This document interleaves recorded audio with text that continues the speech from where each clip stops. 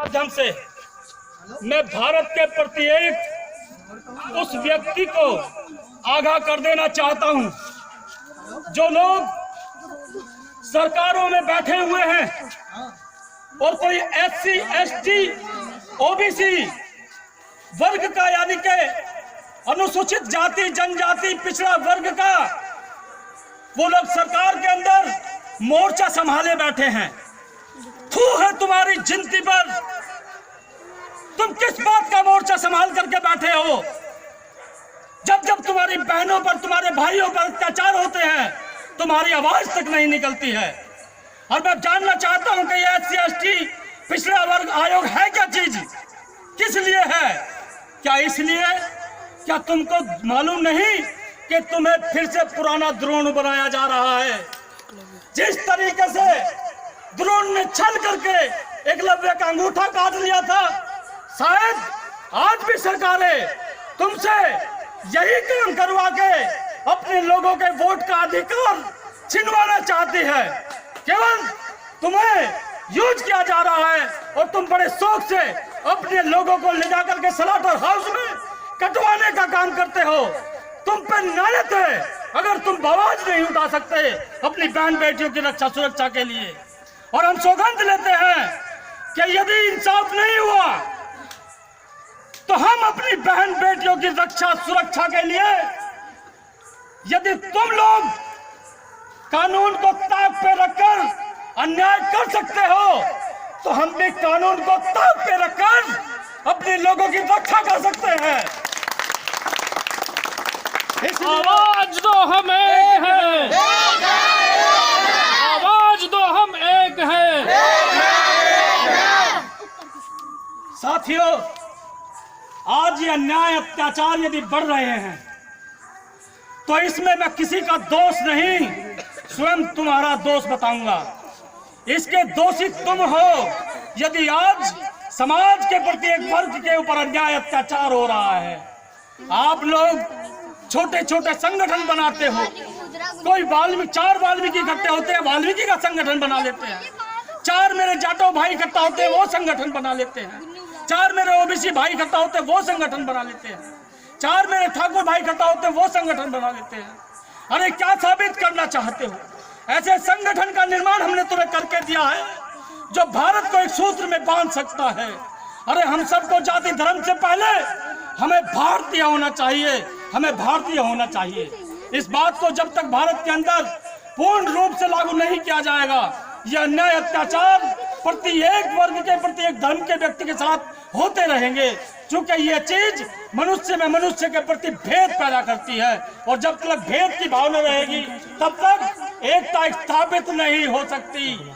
मेरे किसान भाइयों के ऊपर करने वाले अत्याचार, अरे जो लोग अपना हक अधिकार मांग रहे हैं किसान, उन किसानों के उन अन्नदाताओं के ऊपर तुम लाठियां चलवा रहे हो। शर्म आनी चाहिए तुमको। उनकी बात को सुनो। आज मैं आपको बताना चाहता हूं, आज ऐसे महावीर का जन्म दिवस भी है जिसने इस देश में स्वराज्य स्थापित करने के लिए अपने आप को 17-18 साल की आयु में फांसी के फंदे पे झुला दिया। आज ऐसे वीर सपूत की शहादत बेकार और नष्ट होती नजर आ रही है। क्या आपको मालूम है जो लोग आज सरदार भगत सिंह के जन्म दिवस को मना रहे हैं, सरदार भगत सिंह क्या चाहते थे? सरदार भगत सिंह स्वराज्य चाहते थे। स्वराज्य की परिभाषा का तुम्हें पता नहीं कि स्वराज्य वो क्या चाहते थे। वो देश के अंदर इक्वलिटी चाहते थे। वो चाहते थे कि मेरे देश में अमन शांति भाईचारा रहे। उन्होंने कहा था कि यदि मैं जिंदा रहा, मेरे खून का एक एक कतरा जब तक मेरे जिस्म में है, मैं यहां से अंग्रेजों को खदेड़ने के बाद अपने ही देश के काले अंग्रेजों को सबक सिखाऊंगा, और वो भी बाबा साहब भीमराव अंबेडकर के साथ मिलकर। चूंकि वो जानते थे कि इस देश में समता समानता की बात करने वाला यदि कोई है तो वो बाबा साहब भीमराव अंबेडकर है। इसलिए वो चाहते थे कि मैं बाबा साहब के साथ चलकर इस देश को अमन शांति भाईचारे का देश बनाऊंगा। आज ये राष्ट्रीय मानव एकता संघ परिवार उस शहीद को सत सत नमन करते हुए और उनकी उस क्रांति ज्वाला को आगे बढ़ाते हुए यह भी प्रण करता है कि जो सपना सरदार भगत सिंह ने देखा था, जो सपना उधम सिंह ने देखा था, जो सपना माता दीन वाल्मीकि ने देखा था, जो सपना अशफाक उल्लाह खान ने देखा था, उस सपने को साकार करेंगे। हम लोग साकार करेंगे, साकार करेंगे, साकार करेंगे, साकार करेंगे। मेरे भाइयों, इस अन्याय अत्याचार की जननी असमानता है। ये बात ध्यान से सुन लीजिए। जो लोग किसानी करते हैं, चूंकि मेरे देश का 85% आदमी किसानी करता है, चाहे वह किसी भी जाति धर्म का हो।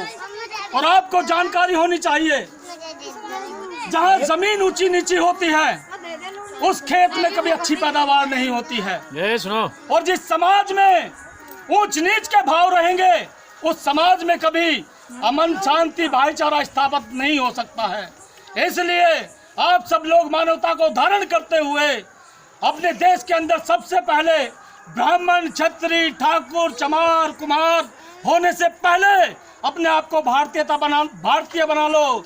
और जब तुम्हारे अंदर ये भाव जग जाएंगे तो हम सब की बहनें एक दूसरे को अपनी अपनी बहनें नजर आने लगेंगी और इस देश में कभी बहनों के ऊपर, माताओं के ऊपर अत्याचार नहीं होगा। हम फिर कह देना चाहते हैं कि बहुत जल्द सरकार अपना निर्णय सुनाए और दोषियों को कठोर से कठोर सजा दे। और कठोर से कठोर सजा, ऐसे जघन्य अपराध की केवल मृत्यु हो सकती है और कुछ नहीं हो सकती है। इसी के साथ में आप सभी को इंकलाब जिंदाबाद, जिंदाबाद, जिंदाबाद। जय भारत।